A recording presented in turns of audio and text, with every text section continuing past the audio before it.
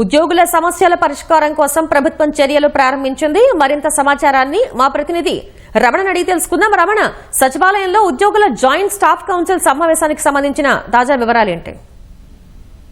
కూటమి ప్రభుత్వం ఎన్నికల ముందు ఇచ్చినటువంటి హామీలు అమలు కోసము ప్రత్యేకంగా కార్యాచరణ ప్రారంభించని చెప్పవచ్చును. దీనికోసం ఇప్పటికే రాష్ట్ర ప్రభుత్వ ఉద్యోగులకు సంబంధించి ఈ ఏడాది కాలంలోనే వాళ్ళకి బకాయిలకు సంబంధించినటువంటి పలు నిర్ణయాలు కూడా తీసుకొని నిధులను కూడా విడుదల చేసి వాళ్లకు ఆర్థికంగా ప్రయోజనాలు చేకూర్చింది. అయితే కీలకమైనటువంటి హామీలు ఏవైతే ఉన్నాయో ఉద్యోగులకు పిఆర్సీ కమిటీ ఏర్పాటు చేయడం, అదేవిధంగా ఆలోపు ఐఆర్ అంటే ఇంటీరియర్ రిలీఫ్ ప్రకటించడం తదితర కీలకమైనటువంటి అంశాలు నెరవేర్చాల్సి ఉంది. వీటికి సంబంధించి ఉద్యోగుల నుంచి విన్నపాలు రావడంతో రాష్ట్ర ప్రభుత్వం వీటికి సంబంధించి కసరత్తు ప్రారంభించింది. దీనికి సంబంధించి సచివాలయంలో ఉన్నటువంటి ఉద్యోగ సంఘాలన్నింటితోనూ రాష్ట్ర ప్రభుత్వ ప్రధాన కార్యదర్శి కె విజయానంద్ సమావేశం అయ్యారు. దీనికి సంబంధించి మొత్తం 15 గుర్తింపు సంఘాలు ఉన్నాయో వాటి ఆ సంఘాల అధ్యక్ష ప్రధాన కార్యదర్శులందరూ కూడా సమావేశానికి హాజరై ఉద్యోగులకు సంబంధించి ప్రస్తుతం ఎదుర్కొంటున్న సమస్యలు ఏంటి, వాటిని ఎలా పరిష్కరించాలి అనేటువంటి అంశాలపైన ప్రధానంగా సిఎస్ కు వినతి పత్రాలు ఇచ్చారు. ప్రధానంగా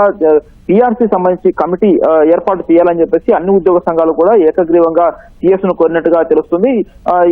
2023 నుంచి పిఆర్సీ కమిటీ ఏర్పాటు కావాల్సి ఉంది. అయితే గతంలో ఏర్పాటు చేసినటువంటి కమిషన్ చైర్మన్ మన్మోహన్ సింగ్ రాజీనామా చేయడంతో ప్రస్తుతం ఇంకొకరిని రిటైర్డ్ ఐపీఎస్ ను నియమించాలని చెప్పేసి కోరుతూ ఉన్నారు. వీటికి సంబంధించి మొత్తం సమగ్రంగా అధ్యయనం చేసి వేతనాలు సవరించి పెంచేలా చర్యలు తీసుకోవాలని చెప్పేసి ప్రధానంగా ఉద్యోగ సంఘాల నేతలు కోరుతున్నారు. ఆ లోపు ఆ కమిటీ ఏర్పాటు చేసి నివేదిక అధ్యయనం వచ్చే లోపే ఐఆర్ ను ప్రకటించాలని చెప్పేసి ప్రధానంగా ఉద్యోగ సంఘాలన్నీ కూడా రాష్ట్ర ప్రభుత్వాన్ని కోరుతూ ఉన్నాయి.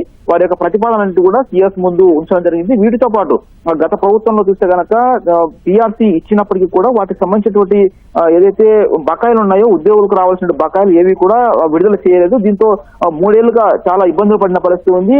అప్పటి నుంచి దాదాపు 5 ఏళ్లుగా పెండింగ్ లో ఉన్నటువంటి పిఆర్సీ బకాయిలు అన్నిటి కూడా వెంటనే విడుదల చేసే విధంగా తగు చర్యలు తీసుకోవాలని చెప్పేసి ప్రధానంగా ఉద్యోగ సంఘాల నేతలందరూ కూడా సిఎస్ ద్వారా ప్రభుత్వాన్ని కోరుతున్నారు.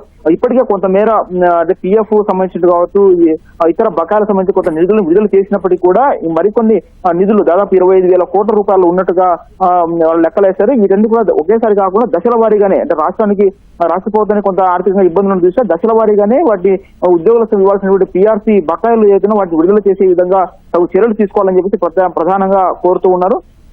వీటికి సంబంధించి 4 డిఏలు కూడా ఇవ్వాల్సి ఉన్నందున వాటి రాకపోవడంతో ఉద్యోగులు ఇబ్బంది పడుతున్న చూస్తే వాటిలో కనీసం ఇప్పటికిప్పుడు 2 డిఏలైనా కనీసం ఇవ్వాలని చెప్పేసి ఉద్యోగ సంఘాలు రాష్ట్ర ప్రభుత్వాన్ని కోరుతున్నాయి. వీటికి సంబంధించి ఆర్థిక పరమైన ప్రయోజనాలు కాకుండా ఆర్థికేతర ప్రయోజనాలు ఏవైతే ఉన్నాయో కొన్ని అడ్మినిస్ట్రేషన్ పరంగానే ఆదేశాలతో అమలయ్యేటటువంటి వాటి కూడా పదోన్నతులు కావచ్చు, అలాగే ప్రమోషన్స్, అదేవిధంగా ఇతర ప్రయోజనాలకు సంబంధించి సమస్యలను కూడా సిఎస్ ముందు తెలియజేయడం జరిగింది.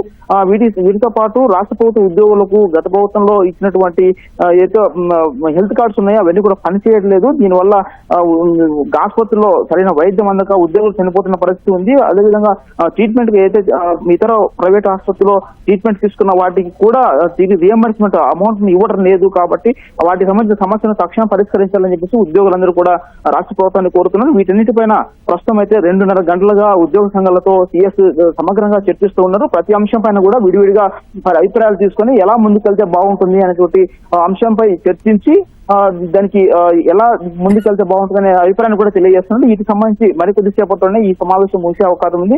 ఈ సమావేశంలో రాష్ట్ర ప్రభుత్వం తరఫున తీసుకోవాల్సిన చర్యలను కూడా ఈ ఉద్యోగ సంఘాలకు తెలియజేసే అవకాశం ఉంది. వీటికి సంబంధించిన కీలక నిర్ణయాలను మరికొద్ది సేపట్లోనే ఉద్యోగ సంఘాల నేతలు ప్రకటించే అవకాశం ఉంది.